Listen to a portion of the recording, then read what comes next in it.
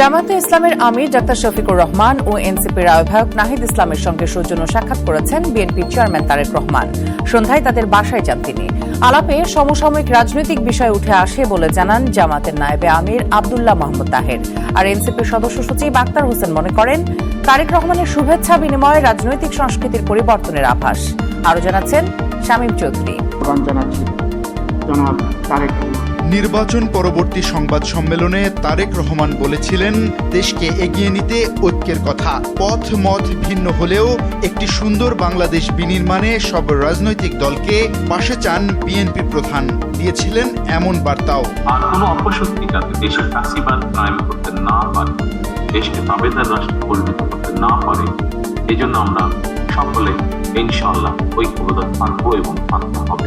কথার সঙ্গে কাজেরও প্রমাণ দিলেন তারেক রহমান।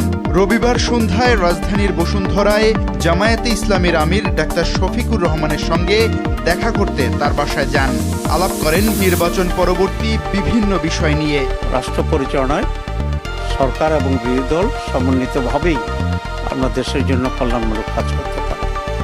আমরা এই ব্যাপারে একমত হয়েছি যে সকলে মিলে একসাথেই একটা কনস্ট্রাকটিভ ফিউচার আমরা গ্রহণ করতে পারবো, একটি নতুন বাংলাদেশ আমরা গঠন করতে পারবো এবং নিজেদের ভিতরে মৌলিক কোনো ঝামেল হলে আলোচনার ভিত্তিতে যাতে পজিটিভ একটা সমাধান আসতে পারে সেই সব বিষয়ে আমরা আলোচনা করছি। পরে এনসিপি আহ্বায়ক নাহিদ ইসলামের বাসায়ও যান তারেক রহমান। কুশল বিনিময় করেন এনসিপি প্রধানের সঙ্গে।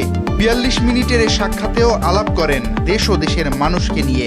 এই দেশটাকে এগিয়ে নিয়ে যাওয়ার জন্য কৃষিক্ষেত্র, শিক্ষা, শিল্প, বাণিজ্য এবং অন্যান্য যে বিষয়গুলো রয়েছে সেই বিষয়গুলোতে আমরা কিভাবে পারস্পরিক সম্পর্কের ভিত্তিতে পলিসি ডায়ালগের মধ্য দিয়ে বাংলাদেশ রাষ্ট্রটিকে সামনের দিকে অগ্রসর করতে পারি সেই বিষয়গুলো নিয়ে আমাদের কথা হয়েছে।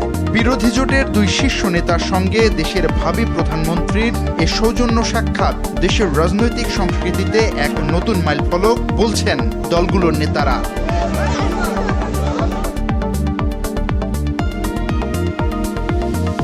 এবার সংবিধানের বিধান অনুযায়ী শপথ বাক্য পাঠ করাবেন প্রধান নির্বাচন কমিশনার এএমএম নাসির উদ্দিন। জাতীয় সংসদ নির্বাচনের দুদিন পর শনিবার থেকে এই আয়োজন শুরু করেছে মন্ত্রিপরিষদ বিভাগ ও সংসদ সচিবালয়। সাধারণত বঙ্গভবনে রাষ্ট্রপতি নতুন সরকার প্রধান ও মন্ত্রিপরিষদের শপথ পাঠ করালেও এবার স্থান পরিবর্তনের মাধ্যমে সেই রীতির ব্যতিক্রম ঘটতে যাচ্ছে। বাংলাদেশের নতুন সরকারের মন্ত্রিপরিষদের শপথ অনুষ্ঠানে আসছেন না ভারতের প্রধানমন্ত্রী নরেন্দ্র মোদী। এক প্রতিবেদনে এই তথ্য জানিয়েছে দেশটির গণমাধ্যম দ্য হিন্দুস্তান টাইমস।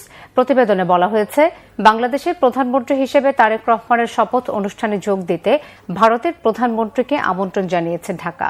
১৭ ফেব্রুয়ারি অনুষ্ঠেয় এই আয়োজনে আঞ্চলিক অন্যান্য দেশের নেতাদেরও আমন্ত্রণ জানানো হয়েছে।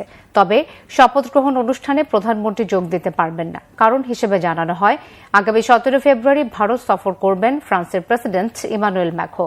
আগামী সপ্তাহে এআই ইম্প্যাক্ট সামিটে অংশ নিতে ভারতে সফরে যাচ্ছেন তিনি।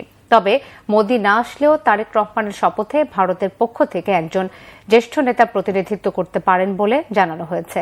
ভারত ছাড়াও পাকিস্তান, চীন সহ আরও ১৩টি দেশের নেতাদের আমন্ত্রণ জানানো হয়েছে। বিএনপির নীতি নির্ধারণী পর্যায়ের নেতৃত্বের সঙ্গে আলোচনার ভিত্তিতেই ১৩ দেশের সরকার প্রধানকে আমন্ত্রণ জানানোর সিদ্ধান্ত নিয়েছে অন্তর্বর্তী সরকার।